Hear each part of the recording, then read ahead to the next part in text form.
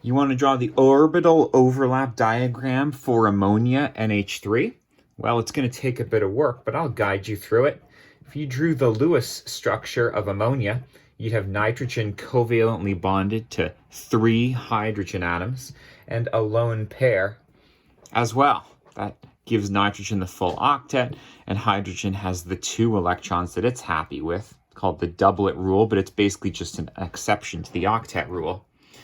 Nitrogen as a regular atom, like an unhybridized atom, has 2 1s electrons, 1, 2, that's the full first shell, and it has 5 electrons in its second shell, its outer shell or valence shell. The way that you do the orbital filling for that is 1, 2, 3, 4, 5. I worked from the bottom up. It's the Aufbau principle. And then I spread them out before I started doubling them up on this particular level. That's, I think it's Hund's rule. There you go.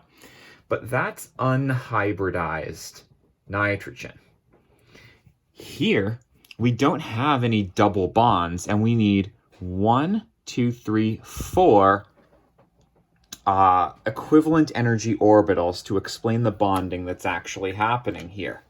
So what ends up happening is that the 2s orbital here combines with the 3 2p orbitals here to give us 4 equivalent energy or degenerate hybridized orbitals at some energy in between whatever the 2s energy was and the 2p energy was. Notice I'm putting it in between those 2 energy levels.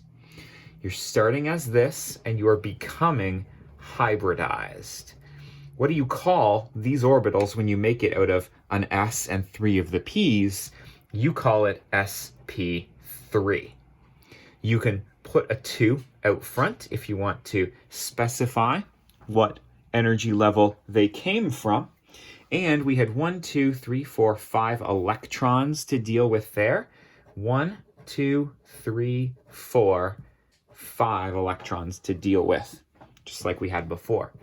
The lower energy levels, the ones that were not in the valence shell, are unrelated. Some teachers will even let you not draw those at all. What matters to us is that you have the 2s and the 3 2p orbitals hybridizing to become 4 sp3 hybridized orbitals. Okay, you might have known that nitrogen was sp3 already. That's fine. This is 4 orbitals, and the farthest apart that 4 things can get in 3D is tetrahedrally arranged. So, to do the orbital overlap diagram, I need you to draw your N. Then I need you to draw these 4 hybridized orbitals tetrahedrally arranged. The strategy for that is to draw one that goes out to the side. I like doing that one to the right. And then I draw the other 2 as though I'm looking at a tripod from the front.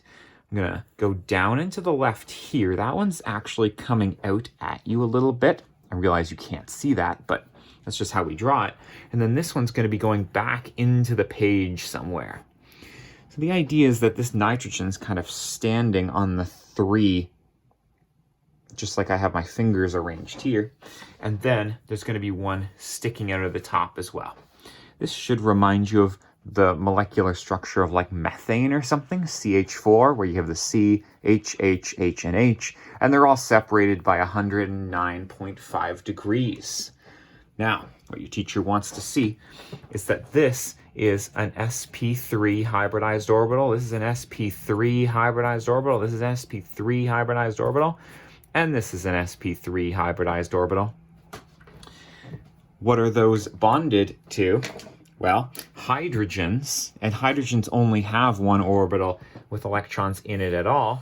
It's the 1s orbital of hydrogen. I'm going to draw my H in the center because a 1s orbital is a sphere around it. And I'm going to do that for 3 of these because nitrogen's connected to 3 hydrogens in this molecule. There's 3 hydrogens with their 1s orbitals. And you'll note that that lone pair on nitrogen might, or rather is, equivalent to that lone pair. Hydrogen bonds here, hydrogen bonds here, hydrogen bonds here. Hydrogen does not bond here. And so you can simply draw yourself the lone pair here. Your teacher might let you get away with 2 dots, but I would personally prefer if you drew them like electrons. 1 spin up, 1 spin down, kind of like you did in the electron configuration diagram over here. And there you go, your orbital overlap diagram. Nitrogen is sp3 hybridized, connected to 3 hydrogens. The extra bonus that you might want to put in here is that this between nitrogen and hydrogen is called a sigma bond. It would be a pi bond if it was the second or third bond between any 2 particular atoms, but you would have needed some leftover orbitals. You just don't have them when you have sp3 hybridization. There you go. There's 3 sigma bonds shown for you. This is absolutely beautiful. I love orbital overlap diagrams. I hope you do too.